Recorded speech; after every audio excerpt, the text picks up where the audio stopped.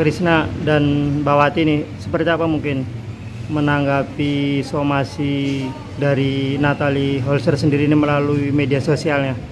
Mungkin Abang sebagai kuasa hukumnya ya udah ya. Iya. Gimana mungkin boleh dijelaskan, Bang? Baik, terima kasih bahwa siang hari ini saya bersama dengan Tri Murwati ingin menanggapi somasi terbuka yang dilakukan atau yang dibuat oleh saudara Natalie Holzer.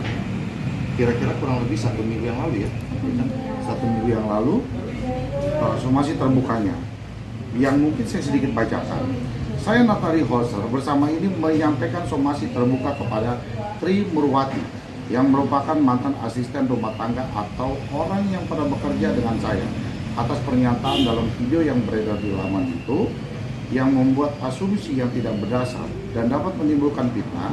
Saya sangat menyayangkan dan dirugikan dengan pernyataan saudara yang dapat merusak reputasi, mencemarkan nama baik. Berdasarkan hal tersebut, saya meminta agar Tri Murwati dalam tempo waktu 3x24 jam dapat mengklarifikasi terhadap pernyataan tersebut dan melakukan permohonan maaf secara terbuka. Demikian somasi terbuka. Hormat saya, Natalie Holzer. Apa pernyataan daripada isi itu? Mungkin Tri Murwati bisa menjabarkan. Silakan. Apa ya? Aku nggak pernah ngikutin dia dan dia kata-kata cuma sekian doang karena aku Sukawati. Udah nggak pernah ngikutin dia gimana dan aku nggak pernah ngomong apa-apa. Ya. Tapi seharusnya dia dong yang minta maaf ke aku. Kenapa kok sampai dia bilang kalau Saudara Wati sendiri tidak pernah menyudutkan Natalie di sini. Justru mereka sampai nggak bisa ngomong, artinya kebingungan. Apa kok tiba-tiba disomasi oleh Natalie? Bahkan justru kan ketika ada bikin status ya? Iya, bikin status. Aku pernah bikin status karena itu dari unek-unek aku, entah itu buat siapa, aku nggak nyebutin siapa-siapanya karena itu keluar dari unek-unek aku. Tapi kok kenapa dia yang belakang ke aku, bahkan dia yang ngancam ke aku. Ancamannya mana?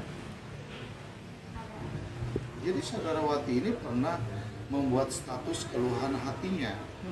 Lalu tiba-tiba di WA oleh Natalie, bahkan dia ancam akan dilaporkan undang-undang ITE atau apa dan sebagainya. Apa maksudnya? Sementara mau pernah menyinggung dia ya? Ya. Nah, itu dia. Ancamannya apa? Ancamannya awalnya dia ngirim aku statusnya apa ini, bukannya nggak yang pengen keluar dari sini, kok jadi aneh sih. Orang niat kerja jangan ada sifat yang iri, itu nggak boleh. Masalah bos juga itu nggak usah ikut campur karena beda hama.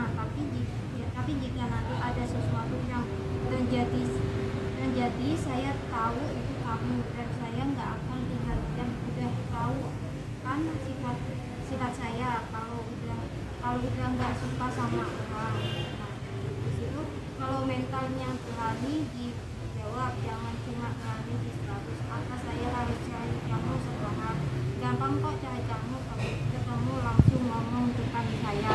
Ingat waktu saya nggak pernah takut sama siapapun. Terus ada lagi yang katanya gue nggak pernah takut, lo ngasih tahu apapun juga silakan, tapi lo harus ingat tugas lo itu ART, lo bukan bagian dari keluarga, dan gue bisa laporin nih sekarang pencemaran nama baik dan ancaman. Lo tahu Pak Faris kalau udah bertindak gimana? Nah, Paris siapa? Paris ya? Paris itu ya aku nggak mau nyebut ya, maaf. Nah, dia sendiri yang keceplosan. Padahal aku nggak pernah nyudutin si A si B, tapi kenapa dia yang ngancam ke aku dan dia keceplosan nama itu. Berarti bisa dibilang Natalie dengan statusnya ke Wati udah merasa kepanasan, padahal tidak menuju ke dia gitu, tapi merasa gitu. Gimana sih Bang? Karena kan kalau saya dengar dari Wati, hari-harinya Natalie itu bersama-sama dengan Wati.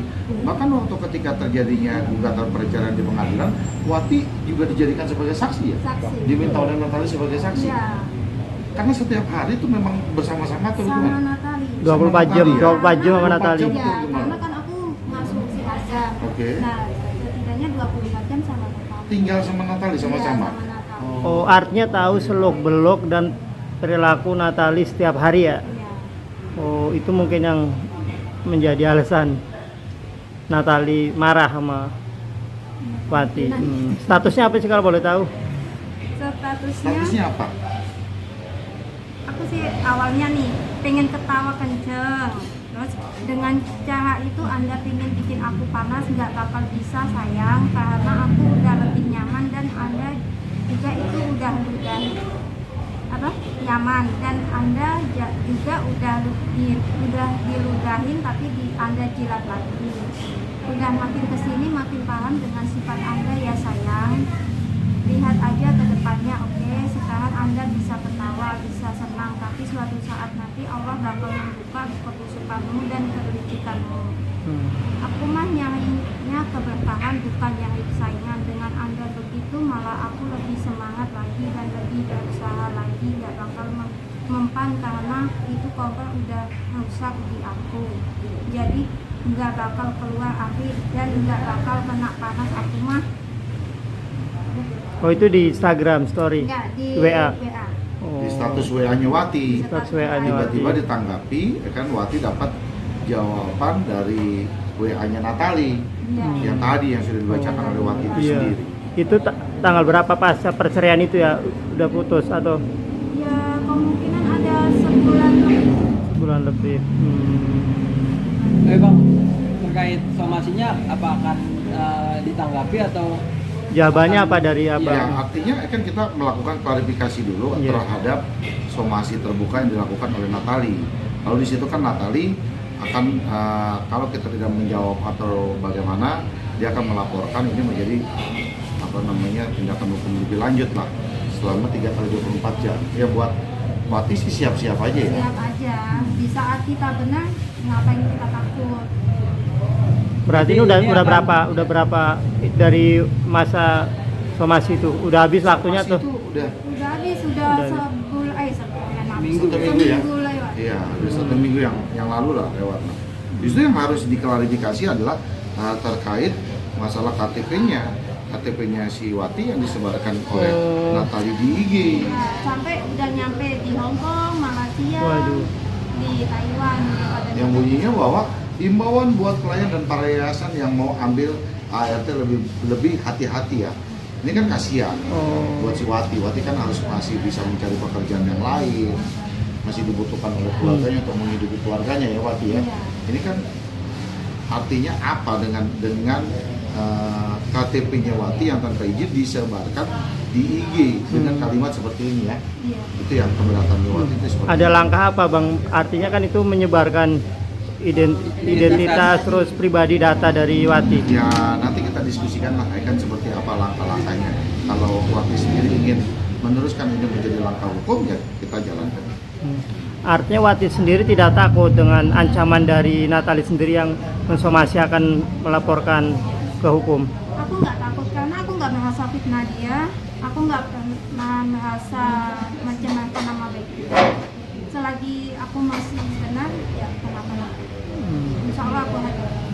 Terus bagaimana tanggapan keluarga mungkin dengan Wati rame nih di media sosial berurusan dengan Natali Holzer sendiri?